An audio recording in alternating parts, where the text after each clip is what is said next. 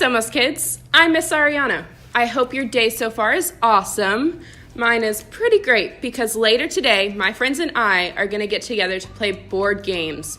We're going to be playing Clue, Jenga, Candyland, and even Battleship. I can't wait. Personally, I'm a really big fan of Clue, but I want to hear your favorite game to play with friends. On the count of 3, shout it out. 1, 2, 3. Okay, so you know that game you love? Can you imagine playing it all by yourself? Boring.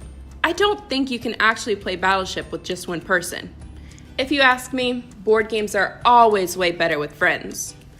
You know what else is better with friends? Pretty much everything. God designed it that way, and that's what we're going to be talking about today. To start us off, I want to tell you a story. It's a story from the Bible about 4 friends who come together to help their friend in need. Let's take a look. This Bible story is from Mark chapter 2, verses 1 through 12. Jesus came to Capernaum, and so many people wanted to see him that they all crowded into a house to hear him preach. There was no room left for anyone, not even outside the door. There was a paralyzed man who was carried on a mat by 4 of his friends. Since they could not get him to Jesus because of the crowd, they had to go to the roof. They dug a hole right above Jesus and lowered the mat the man was lying on. When Jesus saw their faith, he said to the paralyzed man, "Son, your sins are forgiven."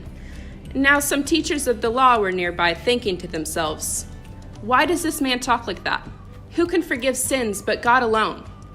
Immediately, Jesus knew in his spirit what they were thinking in their hearts, and he said to them, "Why are you thinking these things? Which is easier, to say to this man, 'Your sins are forgiven,' or to say, 'Get up, take your mat and walk'? But I want you to know the Son of Man has authority on earth to forgive sins." So he said to the man, "Get up, take your mat and walk." The man got up, took his mat, and went home in full view of them all. They were amazed, and they praised God, saying, "We've never seen anything like this." That's a pretty cool story, right? I don't know about you, but I've never seen anybody get miraculously healed like the man we just read about. That would have been an incredible thing to see, don't you think? But even though this story had a happy ending, it didn't start out that way. It started with a man who couldn't walk. But luckily for this guy, he had a few really good friends. They had heard about Jesus and trusted that he could heal him. So what did they do? They picked up their friend, mat and all, and carried him to the place where Jesus was.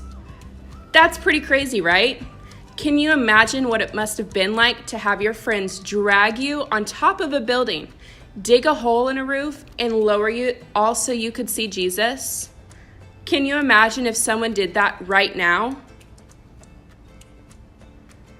But that's not even the most incredible part. The most amazing part is this. Jesus performed a miracle. He healed the man who couldn't walk.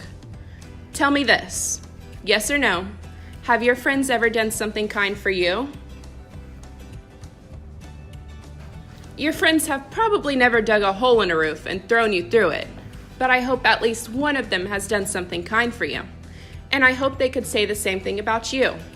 Because the truth is, sometimes you're going to feel like the man on the mat, the friend who needs a little help. Other times, you'll get the chance to be like his friends, the friend that goes an extra mile to help a friend in need. There are lots of ways you can help your friends, but one of the best things friends can do is to help each other get closer to Jesus. How? Well, you could pray for your friends. You could encourage them when they're sad. You can do something kind for them, and you can tell them how much God cares about them. Remember, God puts people in our lives on purpose. Our friends aren't just there so we can have a Jenga partner, although they're pretty great for that too. Like the friends in today's story, our friends can help us get closer to Jesus. That's what today's story reminds us of, that people can help our faith grow. So think about this. Who's helping your faith grow? And whose faith are you helping grow?